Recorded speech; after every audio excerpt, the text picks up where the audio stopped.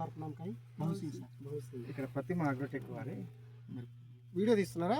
Video sir ఇది ప్రతిమ Agrotech వాళ్ళది అనేది కొత్త వెరైటీ, అంటే సేమ్ మనము యశస్విని టైప్ అనమాట, పెద్ద జాతి.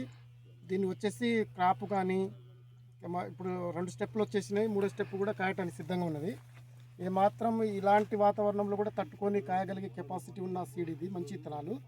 దీన్ని వేయటం వలన రైతులకి లాభం ఉన్నది, ప్లస్ రైతుకి తక్కువ పెట్టుబడితో ఎక్కువ పంట దిగుబడి వచ్చే అవకాశాలు ఉన్నాయి. కాబట్టి ఎకరానికి మేమైతే మామూలుగా ఇప్పుడు 20 రోజులు ఎక్కువకూడదు, కానీ 20 అయితే తగ్గదండి, 20కి పైనే ఉంటుంది. 20-25 క్వింటల అవకాశం వచ్చే తోట ఇప్పుడు కనిపిస్తుంది.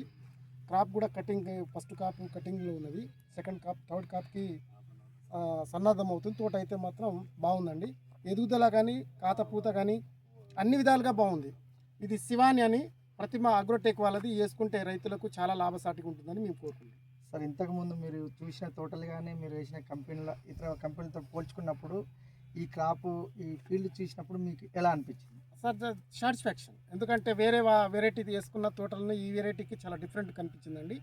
దీనికి ఏంటంటే క్రాప్ దగ్గర మళ్ళీ కాయ సైజు పొడవు, ఇది కోతకు దశ కోయటానికి కూడా చాలా తక్కువ కూలీలో ఎక్కువ కోయవచ్చు, ఎందుకంటే కాయ పొడుగున్నది.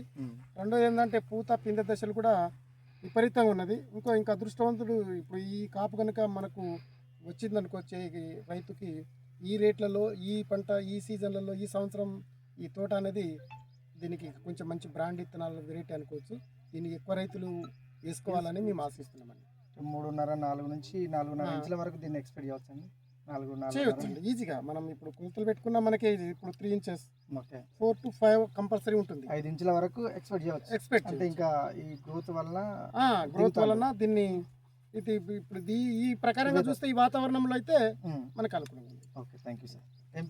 నా పేరు హనుమండి.